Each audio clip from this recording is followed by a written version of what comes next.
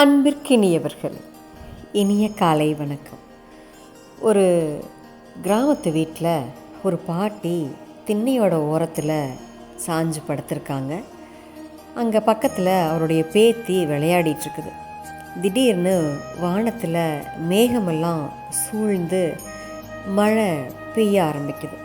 அப்போ அந்த பாட்டி சொல்கிறாங்க அந்த பேத்திக்கிட்ட, தங்கம் உள்ளே போய் பாத்திரத்தை அண்டாவை எடுத்துகிட்டு வந்து முற்றத்தில் வெய்யுமா, மழை தண்ணி பாரு எவ்வளோ வீணாக கொட்டுது அப்படின்னு சொல்கிறாங்க. அதுக்கு அந்த பேத்தி போ பாட்டி அப்படின்னு மறுத்துடுது.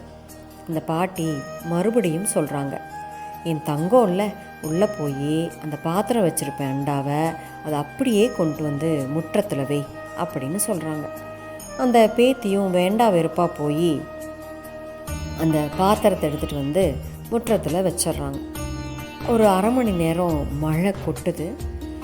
அப்போது மழை நின்னதுக்கப்புறமா அந்த பாட்டி சரி மழை தண்ணி பிடிச்சி வச்சுருப்பாங்க, நிறைஞ்சிருக்கும் அந்த பாத்திரத்தில் அப்படின்னு நினச்சிட்டு உள்ளே வந்து பார்க்குறாங்க. பார்த்தோன்னையும் பாட்டிக்கு தூக்கி வாரி போட்டுச்சு. என்னன்னு பார்த்தா அந்த அண்டாவில் ஒரு சொட்டு தண்ணி கூட இல்லை. ஏன்னா பாட்டி சொன்னாங்க இல்லைங்களா, அப்படியே கொண்டு வந்து வை அப்படின்னு. அதனால் அந்த பாப்பா கவிழ்த்து வச்சிருந்த பாத்திரத்தை அப்படியே கவிழ்த்த வண்ணமே கொண்டு வந்து வச்சுட்டாங்க.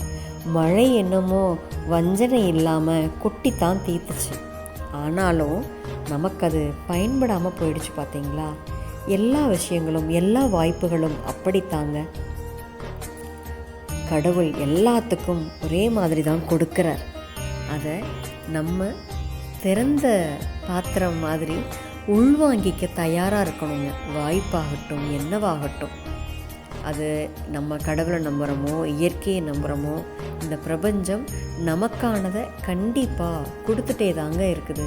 அதைய திறந்து வச்சிருக்கிற பாத்திரம் மாதிரி உள்வாங்கிக்கிறதும் இல்லை கவிழ்த்த வண்ணம் வச்சுருக்கிற பாத்திரம் மாதிரி மறுக்கிறதும் நம்மக்கிட்ட தாங்க இருக்குது. சரிங்களா? நாளை சந்திப்போம் தோழமைகளை. மகிழ்வுடன் விஸ்டம் மெட்ரிக் மேல்நிலைப்பள்ளி, செய்யாற்றை வென்றான்.